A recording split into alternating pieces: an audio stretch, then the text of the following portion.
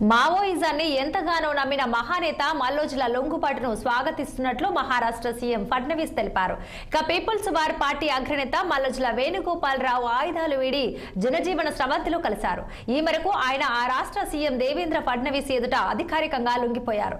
CM సమక్షంలో 60 మంది మావోయిస్టులు లొంగిపోయి తమ ఆయుధాలు అప్పగించారు. అనంతరం మల్లోజులకు భారత రాజ్యాంగం ప్రతిని ఫడ్నవీస్ అందించారు.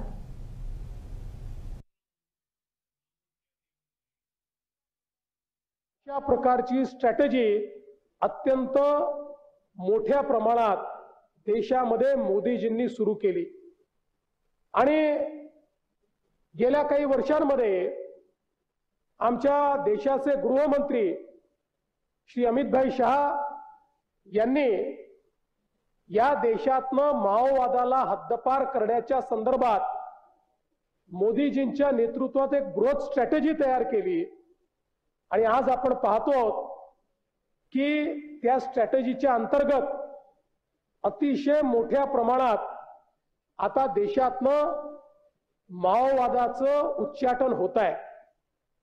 पण विशेष अभिनंदन मी आमच्या गडचिरोली पोलिसांचं आमच्या C60चं करेन की त्यांनी या संपूर्ण मोहिमेमध्ये सातत्याने मोहिमेचं नेतृत्व घेतलं. मोठ्या प्रमाणात ऑपरेशन्स केले. तेलतुंबड्यांसारखे अतिशय जहाल आणि अतिशय वरिष्ठ केडर यांना त्या ठिकाणी नेस्तनाबूत करण्याचं काम केलं आणि सातत्याने एकीकडे विकास कामांच्या माध्यमातून आपण नवीन भरती बंद केली आणि दुसरीकडे जंगलामध्ये सातत्याने मोहिमा करून त्या ठिकाणी नक्षलवाद्यांना माओवाद्यांना जेरबंद करण्याचं काम हे देखील आमच्या C60च्या माध्यमातून झालं आणि त्याचाच परिणाम आहे की हळूहळू भरती तर बंद झाली पण दुसरीकडे मोहिमेला देखील मोठ्या प्रमाणात ओहोटी लागलेली आपण त्या ठिकाणी पाहिली.